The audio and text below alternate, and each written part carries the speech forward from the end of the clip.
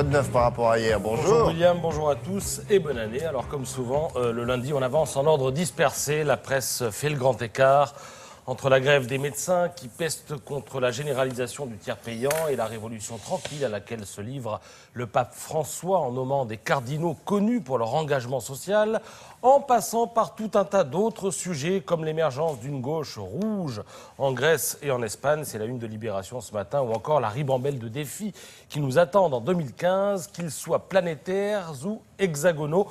Et à ce propos, vous noterez qu'il faut se méfier des prévisions. On le vérifie une fois de plus ce matin à la une de l'Équipe où explose, je crois qu'il n'y a pas d'autre mot, les joueurs de foot de Grenoble. Ils peuvent hurler, ils viennent d'éliminer Marseille de la Coupe de France. Marseille, leader de la Ligue 1, Grenoble, club de CFA, c'est-à-dire de 4e division. Le scénario du match, on le connaît, 1-0 pour Marseille, égalisation de Grenoble, puis 2-1, 2-2, les prolongations, 3-2, 3-3, et à 5 secondes de la fin, les tirs au but et le ratage du Marseillais Thauvin. Alors, quand la presse avance ainsi en ordre dispersé, il faut trouver la pépite. Et la pépite ce matin, elle est dans le Figaro. Regardez cette photo. C'est celle d'une jeune femme qui a une particularité. Elle a réussi l'exploit de faire pleurer Pierre Moscovici et François Bayrou, d'émouvoir François Hollande, d'embarrasser Nicolas Sarkozy, Ségolène Royal et Marine Le Pen, et de rendre fébrile à peu près tous les autres. Tout ça d'un seul coup, en même temps. Comment a-t-elle fait? Eh bien, elle est allée les voir pour leur parler de papa, oui, leur parler de leur père. Émilie Lanèse, c'est le nom de cette journaliste, en a tiré un livre dont on n'a pas fini de parler. Longue interview ce matin dans le Figaro.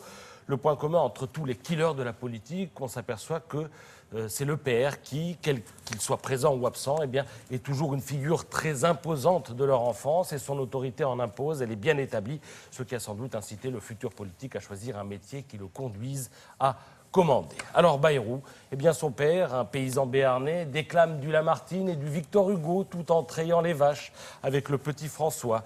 Sarkozy et Royal, une relation épouvantable avec leur père. À part d'un père, je n'ai manqué de rien, dit Sarkozy. Royal, elle, a porté plainte contre son propre père pour qu'il verse une prestation compensatoire à sa mère. Hollande, le père était de droite, très Algérie française, mais c'est le frère aîné qui va au carton. François, lui, c'est le cadet, esquive, il multiplie les boutades, il essaie de faire rire son père qu'il décrit comme noir, comme très très noir. Et alors, chez les Le Pen, Jean-Marie Le Pen compare, tenez-vous bien, les échecs matrimoniaux de ses 3 filles avec les difficultés qu'ont, selon lui, les secrétaires à trouver un mari tant elles sont amoureuses de leur patron. Voilà, c'est passionnant. Toute la classe politique passe sur le divan d'Émilie Lanèse, dont le livre a également les honneurs du Point cette semaine. On y apprend que Marisol Touraine, tout ministre qu'elle soit, porte encore les vêtements que son vieux père, Alain Touraine, choisit parfois pour elle, encore aujourd'hui. On y comprend que si Copé ne doute absolument jamais de lui, c'est parce que son père l'admire.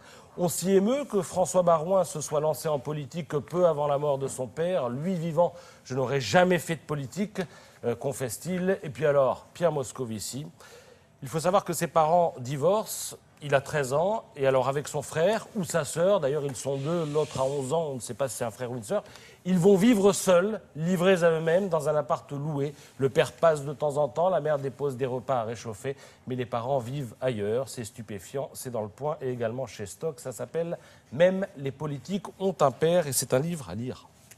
Merci beaucoup.